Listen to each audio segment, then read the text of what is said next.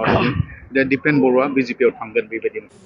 दिपेन बर'आ बिजेपियाव जगदान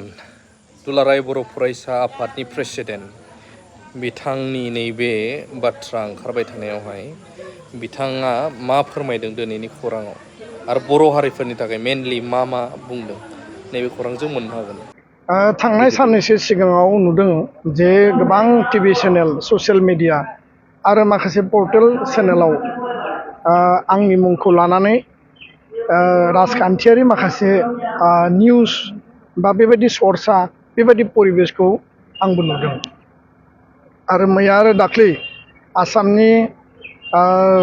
state बिजेपिनि president Dilip Saikia बिथाङाबो मोननैसो बाथ्रा बिथाङा बुंदों। दा खोथाया स्पस्ट जे दुलाराय बर' फरायसा आफादाव आङो दिनैसिम दङ आरो जेब्लासिम एबसुआव थागोन एबसुनि आदर्श बड'फानि आदर्श आरो थांनानै थानो हो आरो बर' हारिखौ गेरेमसा माहारि दानायनि जि मोनसे मिशन आरो जि अबजेक्टिभ बे कन्टिनिउ थागोन आरो बे बेलायाव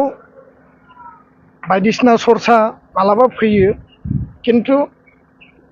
दा जिहेतु बेबायदि थासारि जेबो गैया आरो बेखायनो आङो खावलायदों जे जि मोनसे परिबेस परिस्थितियाव पलिटिकेलि आरो पलिटिकेल सिनारिअ जि सर्सा सोलिबाय थादों बे सर्साजों आंहा थोंजोङै जेबो लोब्बा गैया आरो बेखायनो थांनाय समफ्राव समाजनि हारिनि बिटिआरनि आसामनि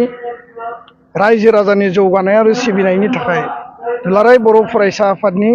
जिल्ला मिरु गुबुन गुबुन लेभेलनि दैदेनगिरिफ्रा मावथिफ्रा गुबुन गुबुन हानजायाव बा गुबुन गुबुन राजखान्थि फोथाराव खामानि मावहैदों। बेबायदि थासारि परिबेस परिस्थितिखौ नायनानै जिहेतु फैबाय थानाय 2020 बिटिसि इलेक्सन दङ 2026आव जिहेतु आसाम बिधान सभानि इलेक्सन दङ बे बिटिसि आरो बिधान सभानि इलेक्सनखौ नोजोर बोनानै माखासे सर्सा माखासे परिबेस परिस्थिति बा सम्भावनाखौ मेडियायाव बेबायदि आल'सना खालामनाया सोलिबाय थादों। आं बेखायनो खावलायदों जे जिखिनि बेयाव आल'सना सम्भाबना बा परिबेस जाबाय बेखिनिया थोजासे बिनिख्रुइ आरो बांसिन बेबायदि सर्सा खालामनांगौ दङ होननानै आं सानाखै आरो गोबाङा गोबां बाथ्रा बुंगोन माखासे वेलविजारा माखासे खोथा बुंगोन आरो बेखायनो माहारियारि आफादाव थानानै माहारिबाद माहारिनि थांना थानाय माहारिनि रैखाथि माहारिनि सिनायथि जातीयताबाद जाति सत्ताखौ लानानै जेब्लायबो जि समसिम आङो हाबा मावगोन बेबायदि राजखान्थि परिबेस परिस्थितिखौ लानानै आङो जेबो सानथ'वाखै आरो साननांगौ गैया होननानै आं सानदों। उननि समाव मा जायो उननि समाव मा थांखि लायो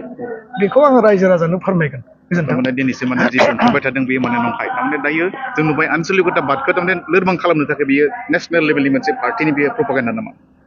बायदिसिना लेभेलाव बेफोर सर्साया सोलियो सर्साखौ खालामनायाव आङो खावलायनोल'सो हायो आरो रावखौबो आङो खुगाखौ मुथिनानै बन्द' खालामनो हाया। दा आं खावलायदों जे बेबायदि सर्साखौ दा खालाम खारन आं माहारियारि आफादाव दङ। दा बेखायनो आङो नंखाय होननानैबो बुङा आरो सैथो होननानैबो बुङा बेबायदि परिबेस परिस्थिति सर्साया गुबुन गुबुन समाव सोलियो गोबां परिबेस परिस्थितिखौ लानानै जायो जाहाथे बे सर्साफोरखौ आरो जाहाथे माने खालामथ'नाङा बेखौसो आं खावलायदों आरो जेब्लासिम आं एबसुआव दङ एबसुनि हाबा मावलांगोन एबसुनि आदर्शखौ लानानै हाबा मावलांगोन बेखिनि खोथाखौनो आं फोरमायबाय। गोजोन्थों।